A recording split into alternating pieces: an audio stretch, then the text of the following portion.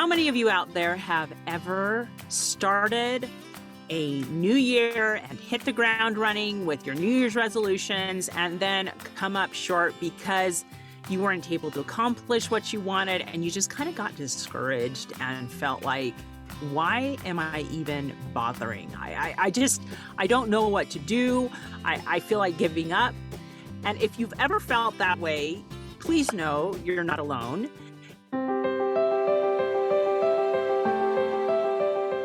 Welcome to Stories of Hope in Hard Times, the show that explores how people endure and even thrive in difficult times, all with God's help. I'm your host, Tamara K. Anderson. Join me on a journey to find inspiring stories of hope and wisdom learned in life's hardest moments. How many of you out there have ever started a new year and hit the ground running with your New Year's resolutions and then come up short? I have brought on two of my friends today to talk about how we solve this crazy problem that I don't know about you, but that I seem to face every year. I'm getting better at figuring everything out, but I thought I'd bring on Jeff Corrigan and Sheldon Mills. And these two friends of mine are the gurus behind the Idea Gym podcast. And so they have spent years figuring out how you form habits that stick and how you really become who you want to become. And so we're going to talk a little bit today about this crazy conundrum. Thanks for coming on the show, Jeff and Sheldon. Thanks for having us. Yeah, we're glad to be here. This is awesome. So I thought we'd start off today a little bit talking about this idea of sometimes we have a hard time breaking out of the person we used to be and becoming better, becoming our new selves, because sometimes we have these limiting beliefs that keep us stuck. And we Definitely. want to become this new, better version of ourselves, but we seem paralyzed. Sometimes we're scared. I mean, deep down, maybe we don't realize why we're having a hard time breaking out, but we're having these struggles to move forward powerfully and become a new, better version of ourselves. So, Sheldon, I know you were talking that you had a story about a white tiger. Yeah, this is a true story. You could go Google it if you want. It's about a white tiger named Mohini. Just a little background. It was in the 1960s. It was a gift to the children of America to President Eisenhower. And for years, this great white tiger, and just a little bit like a white tiger is a genetic anomaly. So in nature, they're even bigger, stronger, would stick out. You know, the king and queen in the forest, right? And anyway, this white tiger lived in the Washington Zoo for many years, was the star attraction, and in this 12 by 12 foot cage, and would pace around, you know, and just ferocious tiger, right? And there's been people lobbying for a long time to make a big enclosure, you know, more natural. And after fundraising and some money, construction to build this nice, beautiful habitat where Mohini could go and run free and large, several acres worth, right? And just excited for this new life for Mohini and for the people. And almost immediately when she was released into her new habitat, she went right to the very back corner, where the two walls meet, paced off a 12 by 12 foot square, and almost never left it for the rest of her life. Wow. She no longer was stuck in this physical cage, but mentally, she never could leave that ever. And I think all of us in some area of our life, like that's us, like these limiting beliefs. It's like these things that have, I think more often than not, happened to us, right? Childhood trauma, stuff like that just like makes us mentally feel like we're in this cage, but it's not true, right? And so this course that Jeff and I have been working on for a long time now about building habits. It's called Habit Masters, how the art of building habits, right?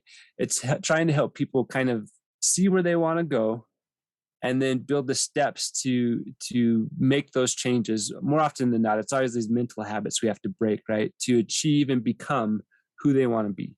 Yeah. So, you know what's so crazy is when I started podcasting, well, I wanted to start podcasting and I'd done all the back work, learned everything I needed to do, bought my microphone, done everything. And then when I went to get closer to pushing the launch button, I found that I was like hitting up against a brick wall and I didn't know Yeah. why. I was like, I am scared to death to put myself out there. And I didn't know Yeah. why. And I had to do like all this journaling about it and praying about it because I was like, why am I so stuck? Like, this is a good thing that I'm trying to do. It's a good thing I'm trying to become, but I can't seem to get through this wall, kind of like Mohini, right? Mm-hmm. And I found that it kind of stemmed back to when I was a young girl and I was bullied.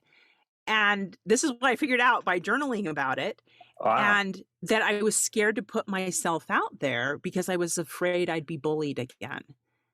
And this is like sixth grade Tamara. Do you know what I Yeah. mean? So Yeah. here, sixth grade Tamara is limiting the progress of 40-something-year-old Tamara, you know? Yeah. And it's crazy how those childhood things can really stop our progress. And so we set these goals and we're like, why can't I reach it? And Yeah. sometimes it goes back to those limiting beliefs and we have to kind of dive deep to figure out, okay, what's stopping me? Mhm. And what do I need to do to push past this? So Yeah. Jeff, you were at a point in your life, and this kind of is the backstory behind your Habit Masters course, where Yeah, part of it. you were super busy in Yeah. your life. There were some health challenges going on in your family, and life was just crazy and chaotic.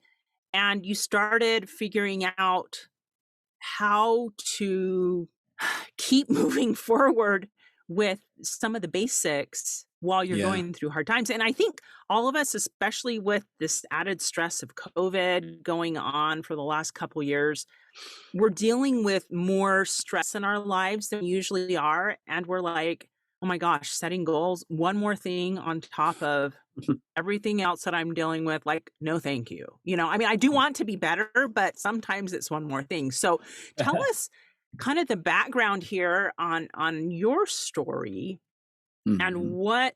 what kind of laid the groundwork for what you guys have done here. Well, it goes back just a little further than that, but I think that was a pivotal moment. So Sheldon and I met probably 11 years ago, and we were immediately kindred spirits, like we just talked about all kinds of success ideas and what we wanted to do and who we wanted to become. And neither of us had really taken any action steps to get there at that point. I mean, all we had done is like talk and read, you know, we'd read some stuff and talk about it. And we knew that eventually we needed to become we needed to be the doers, just like you were saying, like we had to put ourselves out there and take the next step and be, and while we got started in that path, I actually had an opportunity to become a part owner in a business. At the time I was working 9 to 5, and 9 to 5, I'd been working at a company for, 7, 8 years at the time, actually almost 10 years at the time. And, I had built up and done tons of stuff there. It was actually it was a great place to be. I learned a ton, had tons of opportunities, but I knew that my dream had always been to become an entrepreneur and a business owner. And that was my goal. But I hadn't really taken a lot of steps to get there other than just a few little attempts here and there. And about that time when I was making the transition, my wife was having our second baby, and she, after she had the baby, she just had all kinds of health issues, and we couldn't figure out what was going on. Right. And to the outside, externally, she looked fine. Anybody who saw her, you would never know. There wasn't any obvious signs that she was struggling, but, sleepless nights and waking up, anxiety sweats and just stuff she had never experienced before. and we couldn't figure out what it was. So we went to the doctor and they didn't really know. And they said, "Oh, you're fine. Like all your, they did their tests and said, oh yeah, everything looks fine." Everybody kept telling her she was fine, but she knew she wasn't. And meanwhile, I was transitioning to this new role in another business, and while still working my 9 to 5. So I'd work my 9 to 5, and then 3 days a week I'd work at night at the new business that I was joining. It's actually a jewelry store that I run with my brother now, but it had been around for a long time. So I was kind of jumping on, learning the game and figuring out how to do that. And all the while I'm still working my 9 to 5 because that's what my main source of income was. And it was all during this transition of, we have a newborn baby, my wife's struggling with this illness that we can't figure out what's going on. And we were praying a lot, I mean, it comes down to that. It's like your habits really have to start to become like, okay, what are the things that I do almost automatically in my life that can keep me carrying me forward? I think like your podcast is called Stories of Hope in Hard Times. And I think hope can start with these daily action steps that you build into be automatic, where, reading my scriptures was something that I had done daily for a long time. And I started to recognize the power of habits in keeping your momentum moving forward when life kind of builds this wall around you, be it Mohini, be it, be it bullying, all these things where we have these self-limiting beliefs and external forces that seem to be pushing down on us. And I think habits can really help us to break free from those and get into a routine that is moving us forward, even though life seems to be trying to push us back. So at the time, I had a daily journal writing habit that I was doing. I did my scripture reading every day. Like I'd done scripture reading every day for a very long time, and it always just seemed normal and mundane until you really come into something difficult. Then you start seeing, oh wow, God's telling me things. While I'm also, I'm an avid personal development reader and listener. So listening to those books and reading the scriptures, you start to see these patterns of, hey, they're saying the same thing. There's the principle that's being taught in the scriptures is actually the same principle that's being taught here. And how can I apply it in my real life? And you start to see these things helping you out from both ends of the spectrum, whether it's, the angels on earth, or your heavenly Father talking through prophets of old, or current prophets, and giving you direction. And I'm going off too long on this, but essentially my wife and I, through lots of prayer and seeking, and we just made it a habit to consistently be pushing forward until we got answers. And we finally got somebody to tell us, oh, hey, like I'll do your blood work. And, as a naturopath, not a medical doctor, and not to say one's better than the other. They both have their different facets, but we came to really embrace the fact that every medical professional or healthcare professional has their different area of expertise. And you can't just rely on one to tell you everything. And so we started to see like, oh, this person gave us this little nugget, and this person gave us this little nugget, and started to put those pieces together to create a whole story. And luckily we were able to find out that she was diagnosed with Hashimoto's, which is an autoimmune disorder that a lot of you probably suffer from. It's very common among women these days, and even some men. But it can do all sorts of things. You can have weight gain, you can have weight loss, you can have anxiety. It can manifest itself in all kinds of different ways. And so we finally knew and had an answer to why she was struggling, right? And up to that point had been like this big giant question mark of what's going on. And I'm trying to work 2 jobs, and then, she wasn't feeling very motivated in a lot of areas because of all the struggles. And so, I'd come home and I'd try to make dinner and do lots of things that in the meantime, while I was transitioning to this other job. And I wouldn't say I was a single parent, because that's not true. But at times there were days it felt that way, right? Where you're like, oh, I'm trying to do it all. And having that relief of knowing what was going on, and then having some answers okay, here's some things we can try. And those things worked a little bit, and then they worked a little bit more. And we finally found someone who knew a lot about it and was able to help us a ton and get her to a place where it's not something you can cure, but it is something you can manage. And it really comes down to what you're eating, the supplements you're taking. And so we shifted our whole diets. And the interesting thing about that, this is maybe unrelated to our topic today, but I think what's happened for us is a complete lifestyle change, right? Like we're both much healthier individuals. We eat much healthier foods. Our whole diet changed. And I just joined her in it because I wanted to support her and I felt like, hey, I should do these things anyway. These are healthy options, better Yeah. options in my life. So I started to create better eating habits, right? We don't drink any sugary drinks. We just basically drink water. Like, and this isn't like self-promotion. I'm just saying, these changes happened little by little. And that's what habits really are. I think sometimes we think, oh, if I'm going to be a writer, then I need to write a whole book right now. It's like, well, that's not that's not how it starts. If I'm going to be a healthy person, then I have to cut out everything bad right now. And I don't think that's how it works. I think you start building habits little by little that transition you into becoming a new you and creating that identity shift that gives you a future. And it's really what created hope in the hard times, was having something to fall back on, a habit or routine that's moving you in a positive direction. Hmm. Well, and I love that you brought in the God component, because sometimes we go to God and we say, okay, my wife has a health challenge. Can you help us either heal her or figure this out? And we expect these instant answers from God, and God most often doesn't work that way. I mean, I've had things where I get an instant answer, and so I'm not saying it never happens, but Yeah. he almost usually works just that line upon line, precept upon precept is what it says in the scriptures, right? And so he just takes us one little step at a time. I loved how you said how you got a nugget here from this healthcare provider and a nugget there, and everything finally added up to the correct diagnosis. And then you were able to find out what you needed to do. And you probably just baby stepped your way into that different diet. And okay, this supplement will help. And that adds another step to the Yeah. path. And so if we're talking about habits here, it Hmm. is baby stepping your way to something. Yep. And so I'm sure that there's people out there that probably set the goal to, okay, I'm going to lose 30 pounds this year, you know, and they're like, okay, I'm off to the races. I'm going to start working out. I'm going to do X, Y, and Z. And they're probably here going, I'm still the same weight. Yeah. And it really sucks. And I just want to give up. Do you know what I mean? Yeah. And so what would you say to somebody like that who's feeling like, I'm trying so hard right now, but I'm not seeing the progress that I want? What would you say to them? Just going back to my wife's health issue, right?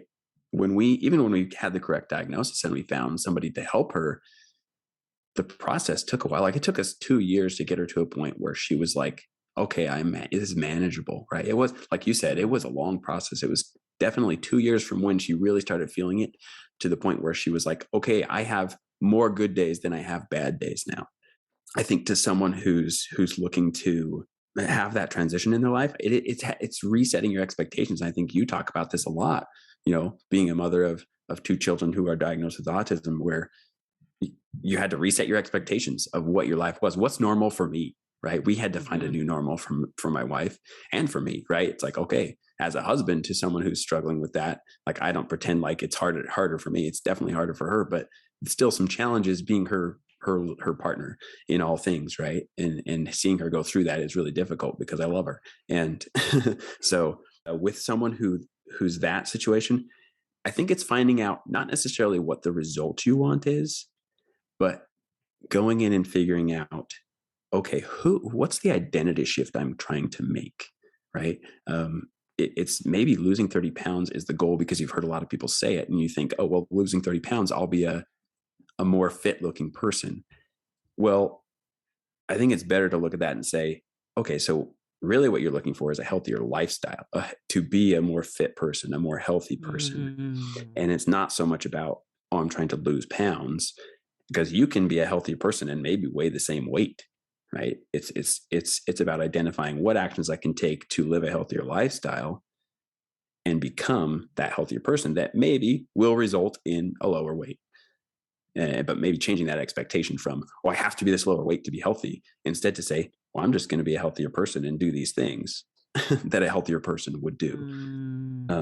What do you got, Sheldon? Well, I feel like honestly, it sounds like a fairly simple question, but I think it's not, because you're basically asking like, how do I change? Like, how do I become different or more? Or you know Mhm. what I mean? Mhm. On Yeah. the surface, it's like, oh, I tried and I failed, but at the end of the day, that's like the epitome of life. It's how do we change? How do we grow? How do we become different? Right? And I think that there are so many factors a part of that. I mean, Jeff was going into a little bit of some of the, we talk more about this, like finding your real why, right? Your real motivation, to more practical stuff, from having accountability people to help push you along, like a tribe that gives you encouragement, and to we talk about, I think we talked about this with you, Tamara, maybe when you on our podcast, to what happens when, you're in the garden and there's this weed that you just can't get rid of. It's like, well, practice gets you stronger. At the same time, might as well find a professional gardener who specializes in like this thing. Do you know what I mean? Like, Mhm. right. I think that, there's 1,001 answers to your question here, but ultimately it comes down to, like, if you want to change your life, you have to change something you do daily. Right. And the fastest way to change it is to change something you do daily. I think the secret to a foundation of success is to change a daily routine, which is kind of like our take, at least on this course, is like, okay, this is the change you want, either an identity, mind shift, the goal, right? And so it's ways to make that sticky. Like one of the things I just said is like an accountability partner, right? Someone who can be an encouragement, keep you accountable, and give you that motivation when you don't feel it. You know what I mean? We all have we set Mhm. these goals when we feel highly motivated, but life Yeah. is ups and downs, and you're going to Yep. get to a point where you don't feel that anymore. Right. So how do you keep on going to the point? And everybody listening has lots of habits that make them successful now, even if they don't think so. Right. Like, Mhm. it would be hard for me to go to sleep without brushing my teeth at night at this point. Right. Mm. That's a Mhm. habit, right? Same with saying my Mhm. prayers at night. I've just done it for so many years. You could stretch it, if you stretch it to the limits, like a bad habit is like an addiction, like this Mhm. habit that's become such a habit that you almost don't have power over it anymore. But we all have lots of Mhm. good habits that get us up in the mornings, that connect us with God, that connect us with our family, right? Mhm. So we're trying to help people figure that out, but more consciously decide and understand the why behind it, and to apply how to make those things sticky, right? I like the word sticky. Because often we think of the word sticky as stuck, but if we want to get stuck in something, we want to get stuck in good habits. Yeah. And so maybe it's just taking that I'm stuck in this old habit to saying, okay, well then I know I can get stuck in habits because I'm stuck Yeah. in some bad ones right now. Right. And Exactly. just shifting that to, okay, now I'd like to get stuck in a new habit. Yeah. And a habit we want, right? That Yeah. we know is It's going In to a move us to habit where we we want to want. go. Yeah. yeah. It really is making that conscious decision. And the cool thing about the course is that by the end, you have a checklist to help you make that new action a sticky habit. Well, first we aligned with, okay, what's the person you want to be? Then we decide one action you can take. And we want it to be challenging, but easy enough that you can do it, right? So it's like, hey, it Mhm. stretches me, but not so much that I won't do it. And then giving you 6 tools to apply to that one action that will turn it into a habit for you, or Mm. help you make it into a habit. I think ultimately we want to help people learn. It's called habit masters is what we're naming it, right? Because Mhm. it's less about the one specific habit and more about learning how to become good at creating habits, right? Like what it takes Mm. to become and do what you want to do. As another quick story, I have a friend who went to the gym, was only there a few minutes, went back out, and the person at the desk was like, "I was quick," and his pride was a little bit hurt. And he basically said, today was more about the habit of going to the gym and doing my routine than it was about the result the workout. Does that make sense? It's like, Mhm. Hey, I'm here, basically. yeah, exactly. I got out the door and to the gym. It was the habit of it was more important than the actual workout. Does that make sense? Because he knew how to build and make those habits stick. Even if today was one of those days, it's like the best I could do was show up and do like 2 reps and call it a day, right? But you went. Let me ask this question. So you said that you have some 6 fundamental things that you teach in your course. What is one of the ones that you can maybe dive into a little bit today to give our Flavor? listeners, just a taste of some of, I mean, I know you've read hundreds and hundreds of books between the two of you figuring this out, and so that you were able to create this course to make it simple and easy to digest and all that. So give us the nuts and bolts of one of the fundamentals to building these habits. We're going to take a quick break, but when we get back, we'll have more lessons, tips, and things you can apply to your life. Stay tuned. How many of you out there feel like your life is chaotic, crazy, and completely awful compared to the norm? What if I were to tell you you are normal for you? I'm so excited to tell you about my book, Normal for Me, Learning to Love and Accept Life's Detours with God's Help. This book took me 10 years to write, and I share 20 years worth of lessons learned in my life detours, including being in a car accident and having 2 of my children diagnosed on the autism spectrum. In this book, I share the secrets of how I made it from despair to peace with God's help. I talk about being a zombie mom, living in survival mode, learning true faith, and how I debunked the myth that God doesn't give you more than you can handle. Normal for Me also includes a bonus diagnosis survival guide at the very end of the book, in which I share 12 tips to survive and thrive in tough times. So, what are you waiting for? Grab your copy of Normal for Me today on Amazon or on my website, TamaraKAnderson.com. And all that. So give us the nuts and bolts of one of the fundamentals to building these habits. So this one, so they call it upper and lower limits. We got this, and we won't pretend like this is our idea, right? This is something that we got from Greg McKeown, and you can read about it in his book, Effortless, right? Yep. But we've used it ever since we learned about it. And in all honesty, you've most likely used this as well. Yes. The cool thing about these fundamentals is that they're not new, right? We're not coming up with these on the spot. These are things that have been taught and trained and practiced for centuries, maybe even thousands of years.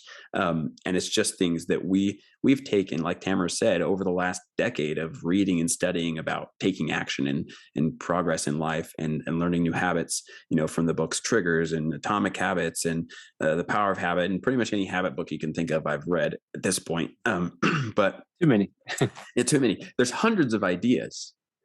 And so really the point of this course isn't to give you more ideas. It's to establish a few ideas that anyone can modify and use in their own life to make their habits sticky, right? So I just want to reiterate that one more time. But upper and lower limits is one of my favorite it's new to me, essentially, favorite ones, because it helps you stay in and get back into a routine if ever you get out of it, or if ever you're trying to build it, right? So one of the things we tend to do is we think, like I started out a competition with my brother-in-law and my sister a couple of years ago doing, we want to do 100 pull-ups every day for a month. And snap. Right. So it's a lot of pull-ups. Okay. Keep going. Sorry. That's a lot. Right. 100 pull-ups. And I don't do them all at once, right? Do them in sets. But, and as I got started, I wasn't able to do 100 yet. Right. So I had to build up to that. And there were days, right, where after you've done 50 to 60 to 70 pull-ups in a day, the next day you're really sore. Right. So you may not be able to do a full 60, 70. So it's really important to set yourself a lower limit. So many times I think we think, I'm going to write, and maybe I'm going to go to the gym 4 times a week when you start off your goal. And then when you don't meet that, you're suddenly like, well, I didn't meet my goal, so I'm not going to go at all anymore. We Yeah, tend to be all or nothing, Yeah. right, with our goals. And that's really one of the biggest flaws we ever do in goals, is that we set this all or nothing goal. Like, oh, I'm going to do this for 30 days. And if you miss a day, you just stop entirely. So the beautiful part about the upper and lower limits is, if you ever aren't feeling fully motivated, or if you do miss a day, the next day, get back into your routine using your lower limit. Just say, okay, look, normally I like to write a page in my journal, but what on those days that get really busy and convoluted and suddenly it's midnight and I'm like, oh man, I was supposed to be in bed 2 hours ago or an hour and a half ago. And you just, I mean, we all know those days. We get, no matter who you are, no matter how good your routine, right? There's no perfect scenario and there's always things that come up. So having a lower limit is awesome. So your lower limit could be like, I write at least a sentence. Anybody can write a sentence right before they go to bed or right when they wake up in the morning, even if you miss the time frame to write a whole page. Or so it's giving yourself, okay, my max. And then the beautiful part about the upper limit is that you don't overdo it. We tend, the other flaw that happens with our goals is that we tend to overdo things. We say, oh, I'm going to write a page, but then we get into the flow and we're like, well, I'm just going to write 20 pages. And then we don't write for another week, right?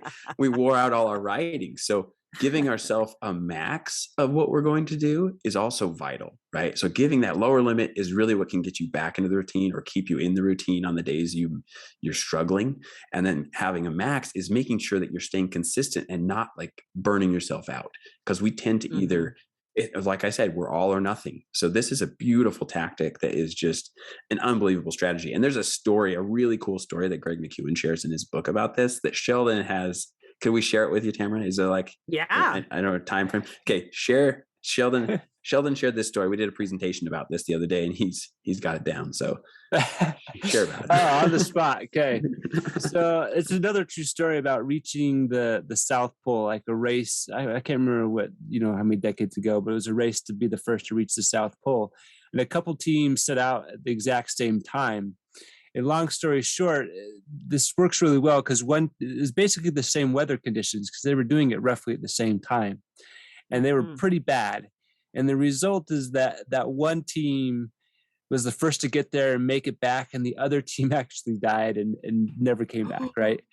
But there's journals of both to compare it.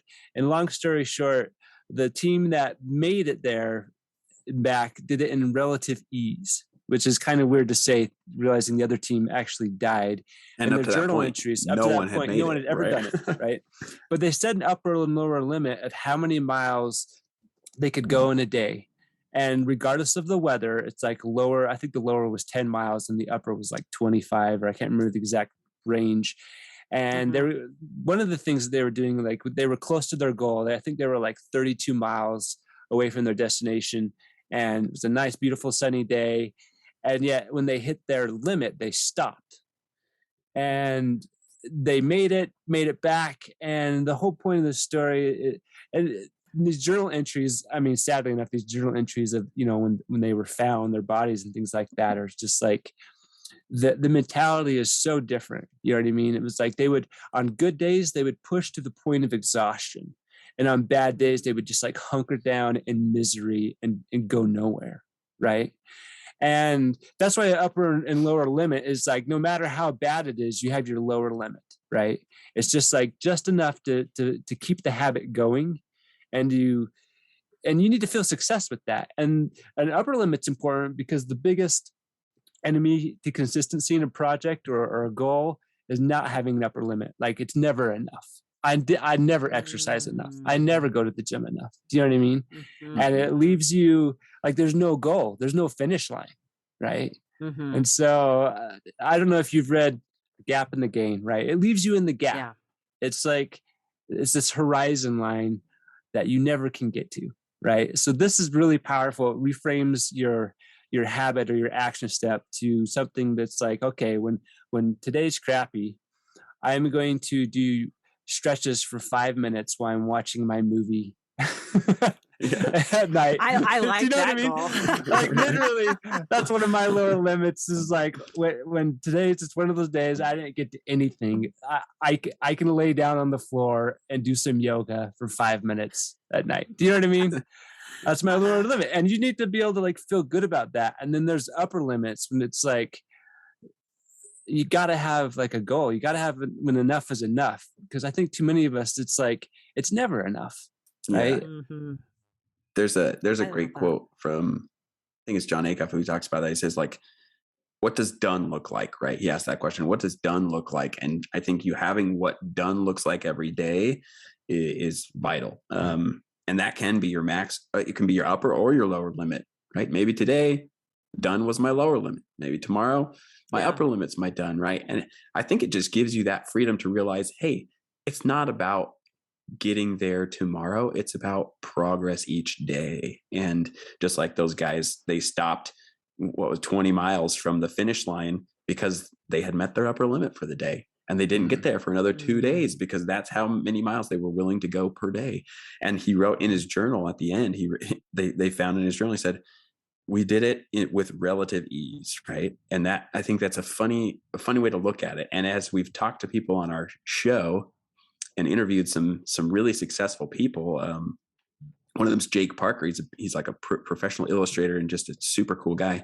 One of my favorite lines from our episode with him was, he's one of the best times in my career was when I was in this like great flow. And he's like, and honestly, the workflow was more like a yawn, right? So it's like, it wasn't like he was pushing super hard to do all this stuff. He was accomplishing a lot by being consistent in his daily routine.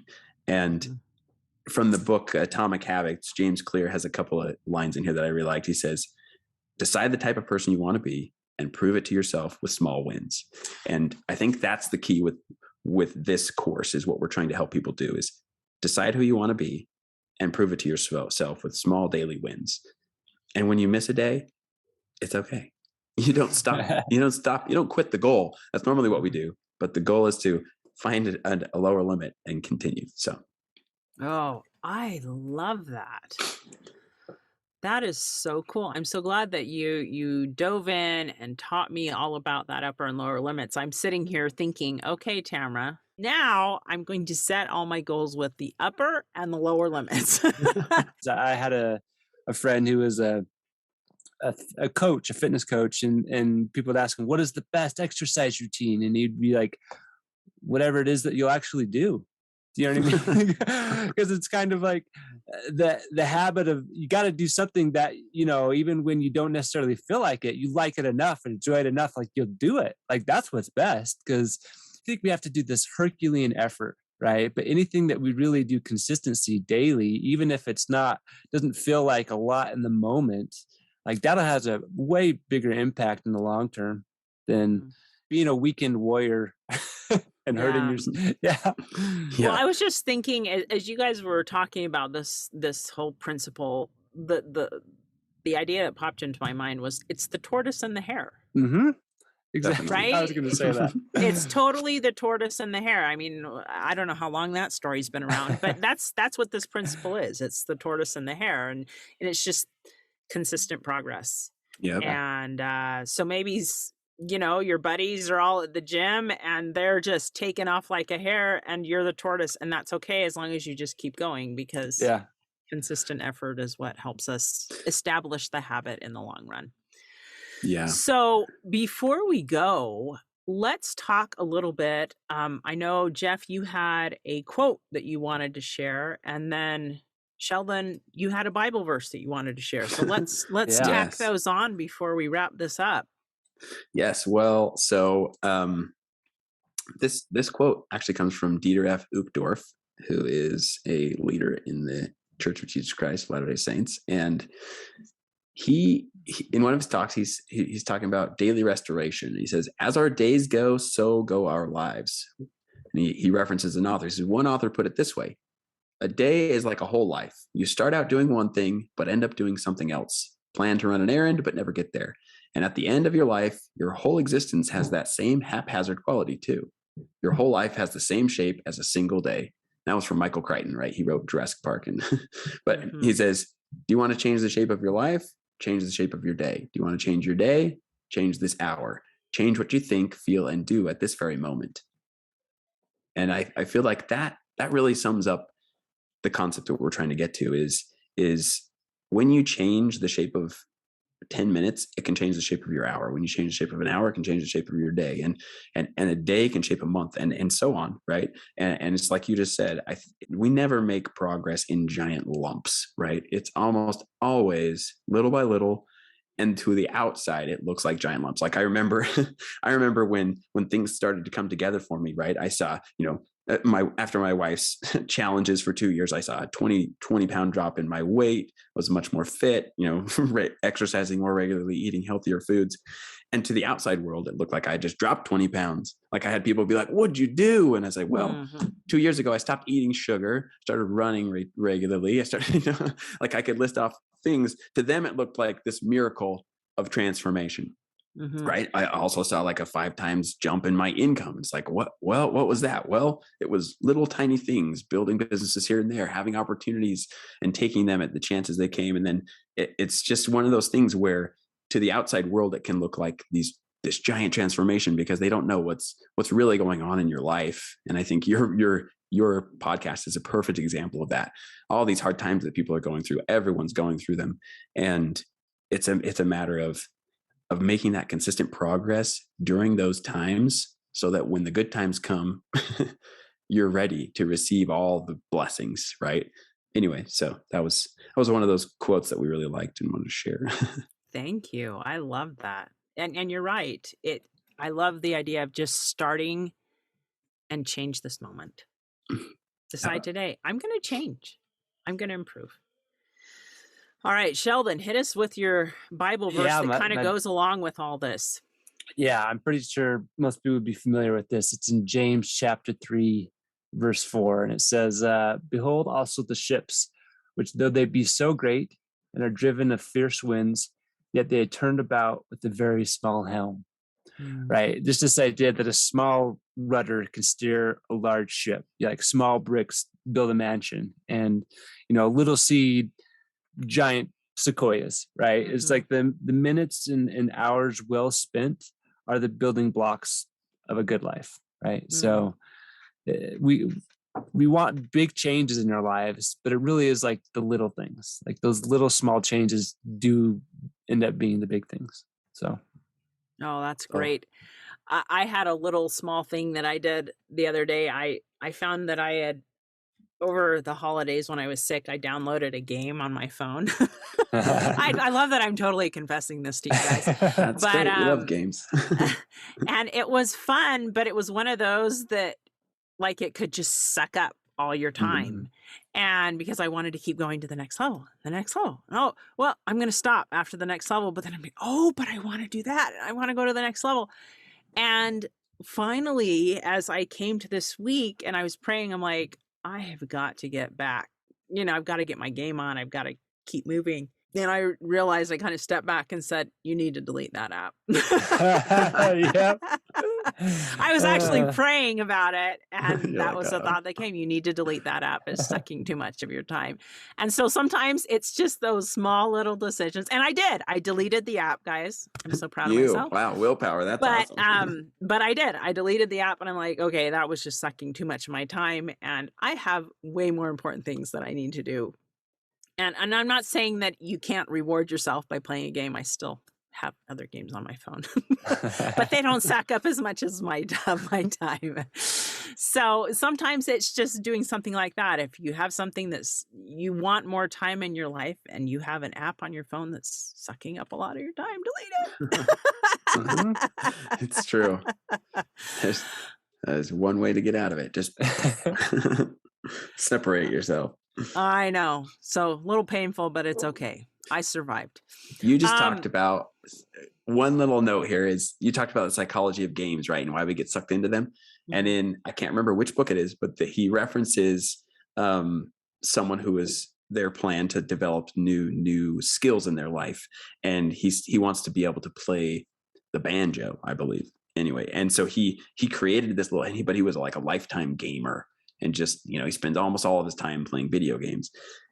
But he decided he was going to start creating in his real life what existed in video games so that he would like enjoy learning new skills and doing things like that. So he gave himself different levels where he's like, hey, okay, banjo level 1 is like learning to play this song. Level 2 is like going and playing for friends and family. Level 3 is going this. And he says, in the boss level, because in lots of video games there's a boss level. Boss level is I go play, what's that song called? You know, the devil goes down to Georgia, is that it? Or something like that. You know? He's like, I go play that in an Irish pub, right? Like that was his boss level, was getting, but it kind of gave him these levels of, okay, here's what I want to do. And eventually I'm going to play this boss level where I'm going to play the banjo in an Irish pub, one of the hardest songs, right? And anyway, it got me thinking about when you were saying I was getting sucked into this game.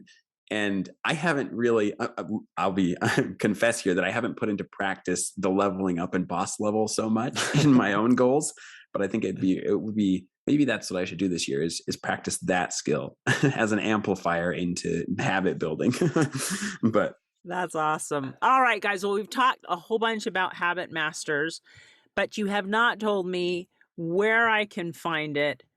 I know it's super short. It's like you can do it as quick as 7 days and then repeat. But tell us where we can find it and how much it costs and all that. So it's called Habit Masters. It's actually on our website currently, ideagym.info. And it's a course that you can do in 7 days, right? And the main gist of the course, if I were to give you 3 things that you're going to get from it, number 1 is we'll help you identify and clarify the person you want to become, right? What's the identity shift you're looking to make? It will help you identify a very clear action step you can take daily to help you get there. And then last, and most importantly, it will give you 6 fundamentals that you can apply to that action step. And it's basically a checklist that you can use not just in building that habit, but any habit you want to build in the future. And so that you can start using those things regularly and really becoming a master of habit building, right? Mastery is all about knowing something well enough that you can apply it in multiple areas, right? So you know that these fundamentals of habit building that you probably already use in your own habits, right? These are things that you've used in your life and you just didn't know it, right? You haven't ever consciously thought, I'm going to do this thing and here's how I do it, right? But we do believe in the modified version. So just remember always your way is better than no way, right? It's like, so if the way that we're explaining it or the way that you've seen other people do it seems too hard for you, then figure out another way to leverage that principle in your life.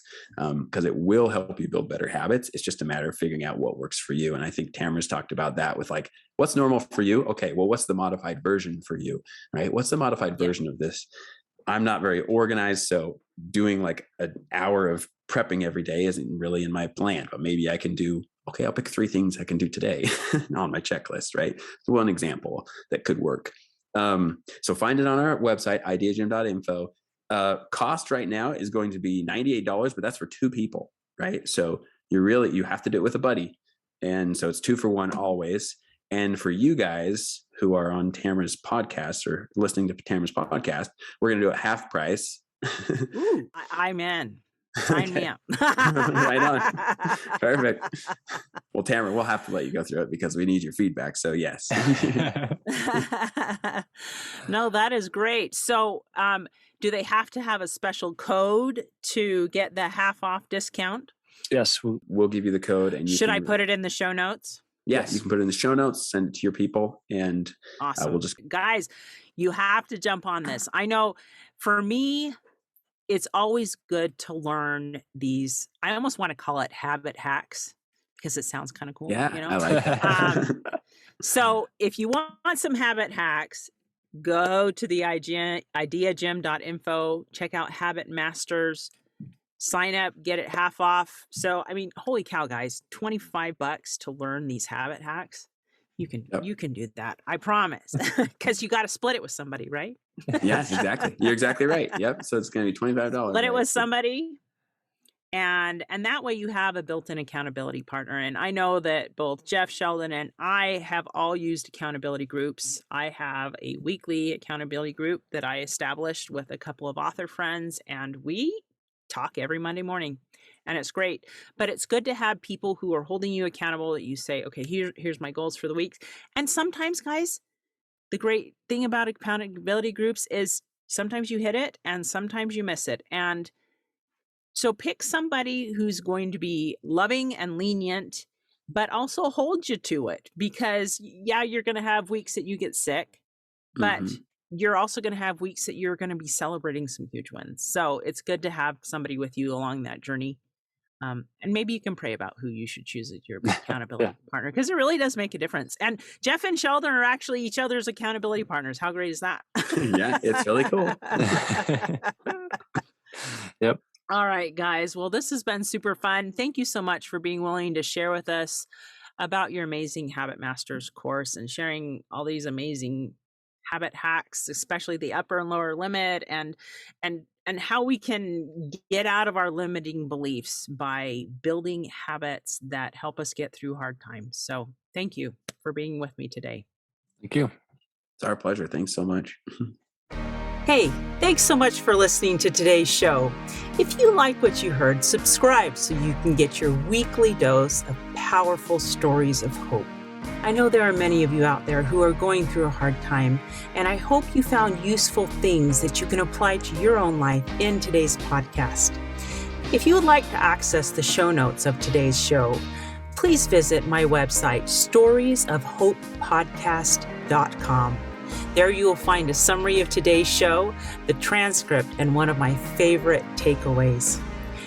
You know, if someone kept coming to mind during today's episode, perhaps that means that you should share this episode with them. Maybe there was a story shared, or a quote, or a scripture verse that they really, really need to hear. So go ahead and share this podcast. May God bless you, especially if you are struggling, with hope to carry on and with the strength to keep going when things get tough. Remember to walk with Christ, and He will help you bear the burden. And above all else, remember, God loves you.